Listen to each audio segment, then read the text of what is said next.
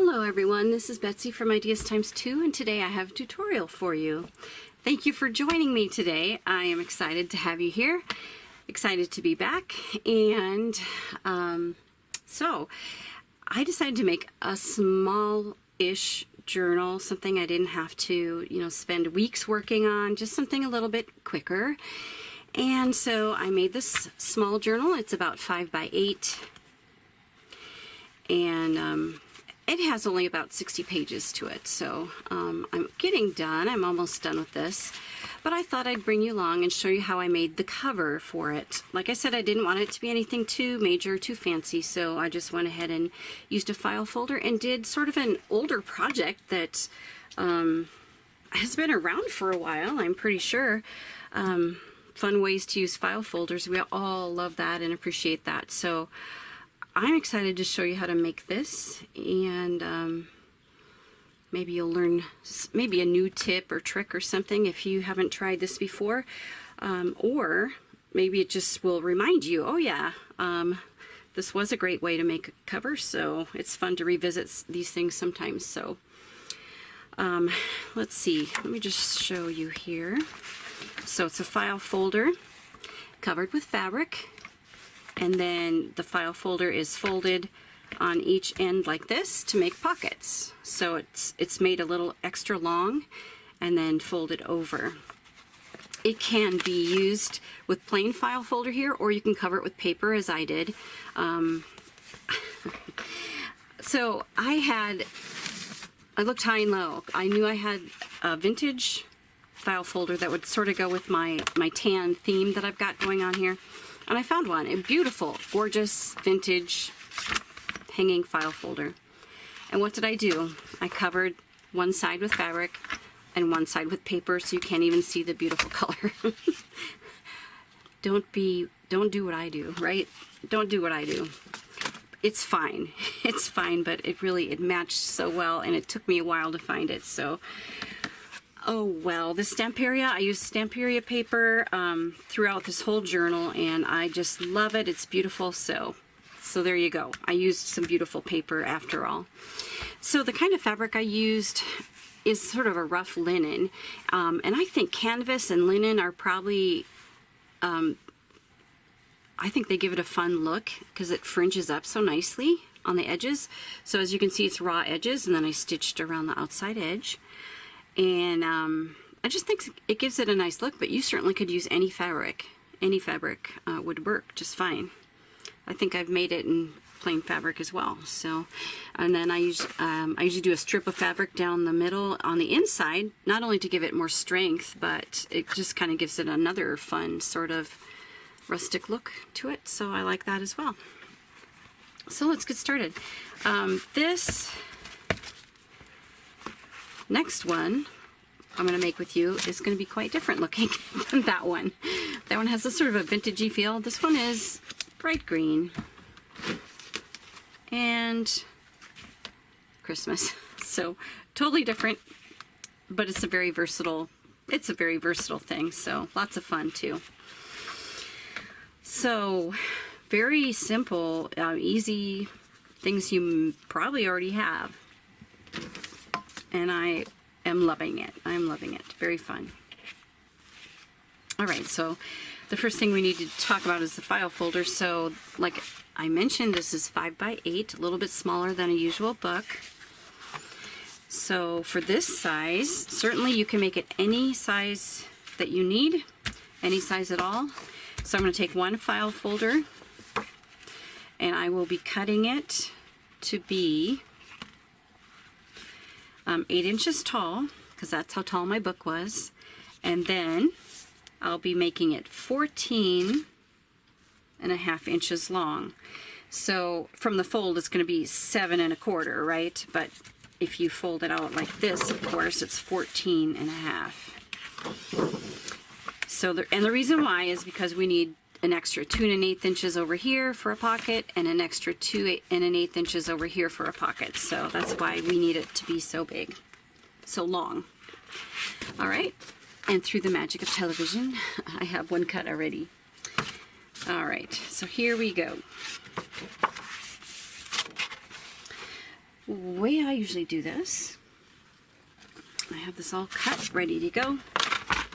And it has natural folds, right? It has natural fold, I guess one fold, and then it has natural sort of score lines on there, right? Because it's a file folder. So what I usually do is just line this up with one of my grooves on my scoreboard, and I'll just do the 1/8 inch increments. Oops. 1/8 inch increments, and just score till about, what I usually do is between 3/4 of an inch and an inch on each side of my folded line. And the reason why I do it this way is so that it makes it easier to bend and become a spine rather than just a simple, you know, fold that was already there. If you didn't have a lot of pages, a fold would be great, but since there are more pages, we need sort of a bendy spine, so we're going to do that. So that's what I do there. And then of course we need to fold our pockets, so it'll be 2 1/8 inches. So 1, 2 1/8 on that side, 2 1/8 on this side. All right, that should be it for the scoreboard. I put that down. I'm going to go ahead and fold in my pockets and give those a nice burnish down, okay? And then what I usually do for this, it doesn't even have to be done right now, but what I usually do is take something kind of small and rounded like this, and a lot of times I'll just kind of manipulate that spine back and forth like this, and it, see how it's already working? It kind of gives it a rounded direction to go. But you could do this after, even after the fabric is on, you can do this, and it usually does a nice job because we have our score marks in there. Another reason to use a heavier fabric is because we're going to glue this on. And if you don't want seepage, if you don't want to be so careful, or if you don't want to make book cloth or anything like that, then it kind of makes it easy just to have that thicker fabric. Also, it gives it a nice sturdy feel as well. So, okay, so you can use any glue that you prefer. I like to use glue sheets, which is like a heat and bond. And I've already cut this one, but it looks like I cut it way too big because I only need to cover the front cover, not necessarily covering the pockets. Although, I don't think I've tried it, but I think you could probably do that. So I'm going to cut this just to show you that it doesn't have to be the entire thing. Also, I think I'm going to fold it like this because I want the dark to be inside and the light to be outside so I don't interfere with the fabric, even though it's pretty thick. We'll just go ahead and do it that way. So this will be outside, actually.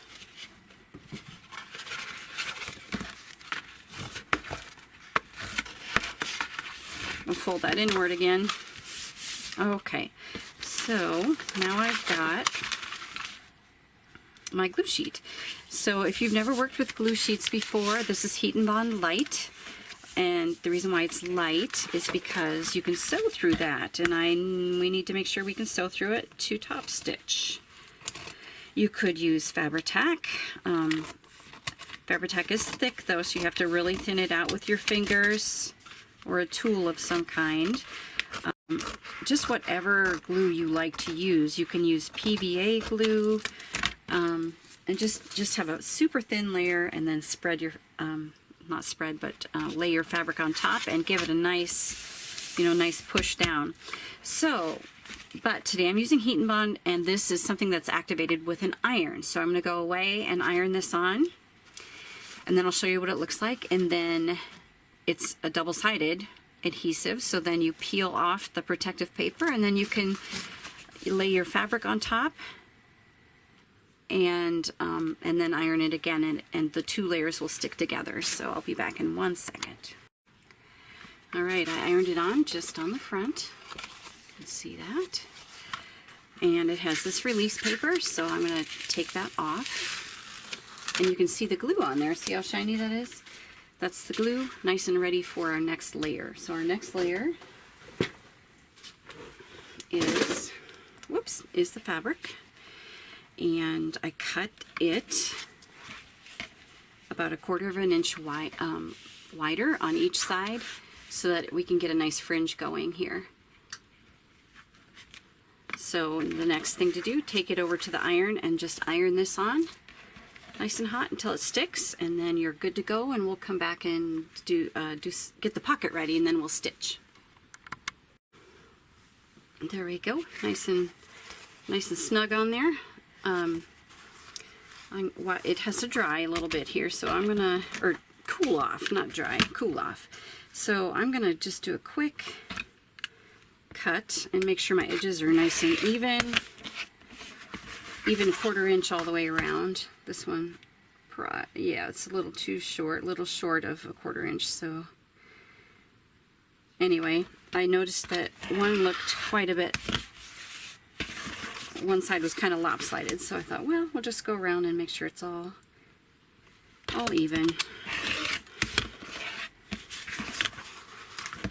You guys probably know me by now, a little bit of a measurer.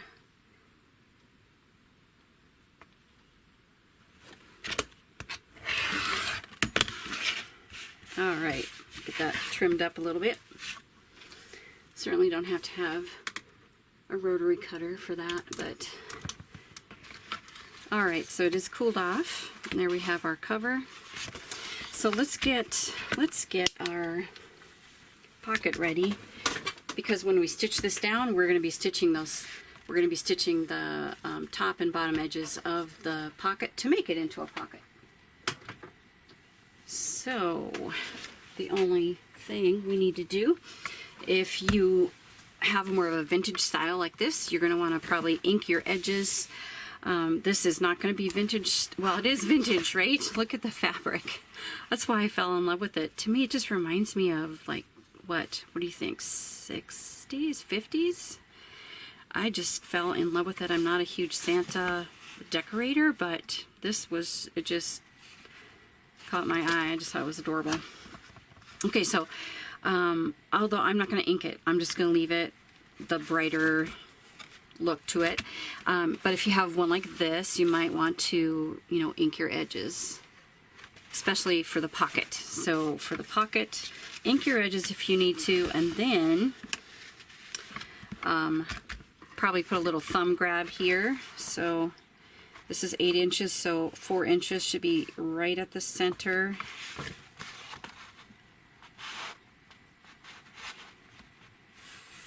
About right there. Then it gives me a little guide. I've just discovered I'm not a very good centerer.